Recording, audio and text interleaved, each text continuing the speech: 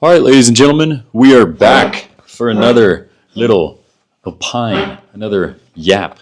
And I got my book here. I wrote this little thought here this morning. So what I'm doing is I'm coming up with these interesting ideas. And by interesting, I mean that is my own self-imposed opinion that they are interesting. But I will start this one by saying that living with your friends in the same city is the key to life.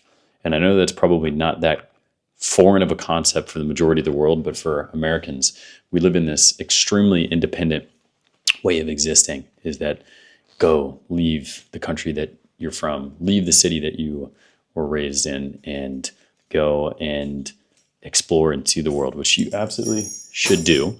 But you should also make some incredible friends along the way and then choose to live in the same city, because everything just becomes better. And then those friends that you make end up being the structure and the scaffolding that you can always rely on when you go and take risks that you should always be taking.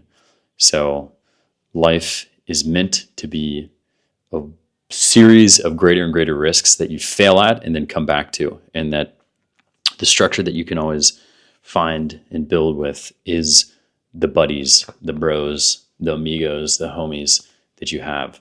And another thought that I was having when I was writing this out is it's not always, you don't always have the right people around you. And kind of a good way to test if you have the right people around you is by you yourself going out and making an experiment of taking a risk on what is the most bold thing that you could do, and then going out and doing that.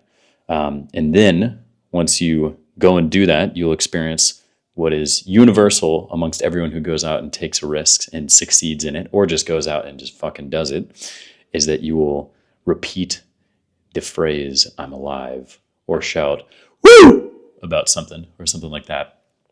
And you will feel the excitement coursing through your bones, through your muscles, through your brain, through the words that you speak, all that jazz. And a test on if you are with the right people is take that same exact passion that you have for the thing that you have just accomplished, which is just the risk. It's not succeeding in it. It could be the failure of it. Go and share that with the people who you spend your most amount of time with, and then see how they respond. If they themselves are a stick in the mud or a wet blanket, and they don't mirror the excitement that you have, that is likely a sign that they're not the right people to be spending time with. And the people that you want to be spending time with will have a mirrored reflection or mirrored reaction towards what it is that you did, of like, oh my God, like they themselves feel the skin or the hairs on their skin stand and crawl, and they get excited about whatever thing that you have just done, because they too also are interested in playing big, and they don't feel threatened by the risk or the boldness or whatever actions that you take that make you grow. Basically, you don't want to be around people who feel threatened by the things that you, or by the actions that you take to grow even larger. And that goes into another thing of the environment that you're in will make or break you as a person. And what's that common phrase that people say is that you can determine someone by the 5 people they spend their most amount of time with. So if the people that you spend your time with are these lame-os, these people who don't like to take risks and live a crazy bold life, then ask yourself, do you want to be that type of person? If so, maybe stick with them, live in comfort, become the old resentful man of never taking risk and never having the stories of, back when I was your age, I did it X, Y, or Z, or I met your mom by going up and approaching her despite all the fear that I had to tell me not to do it. And ask yourself, is that who you really want to spend time with? And then a solution, if you want to get out of that circumstance and that possibly not beneficial friend group, is you can always dip your toe in the chaos of travel, solo traveling with a bunch of other random people, and seeing what the world has to offer, because there's so much out there to go and see.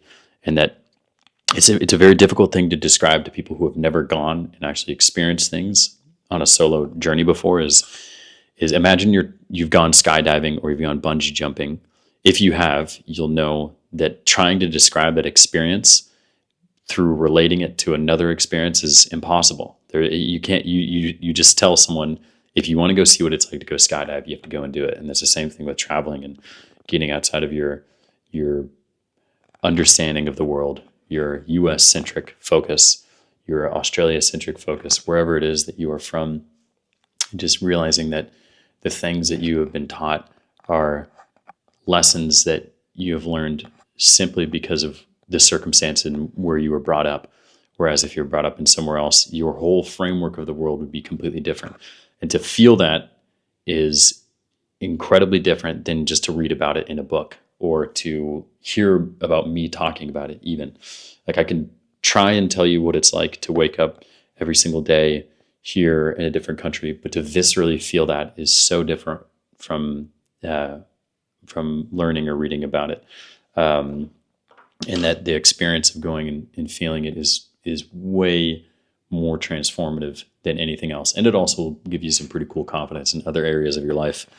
But just writing that idea, the friends that you are with will make your life so much better, and you will want to live in the same place as your friends because you just end up having so much more joy throughout the course of your day. Before this, I was living in Lisbon. I had very nice Portuguese friends, not too many, but outside of the people that I worked with in the company that I was in, I had almost no friends. And that was really fucking lame. And I can tell you from experience, you really want to be with the people that want to see you grow and the people that you love, because that whole experience with life just absolutely rules. And another thing, if you catch yourself being the person who feels threatened by someone else doing something cool, become aware of that and ask yourself why. And why is it that you feel threatened by another person succeeding? Is it because you are, angry or envious of them? And then ask, why is it that you're envious? And then ask, why is it that you've not taken actions to get that thing that you want? And then that will provide you an answer that will bring you much closer to a source of happiness than hating on someone that you're supposed to love, which is your friend. And then you can go back to the fun fart jokes and everything else that are not supposed to be funny, but are funny. Anyways, that's my second yap. We're back in it, folks. Another beautiful day here to go and take advantage of.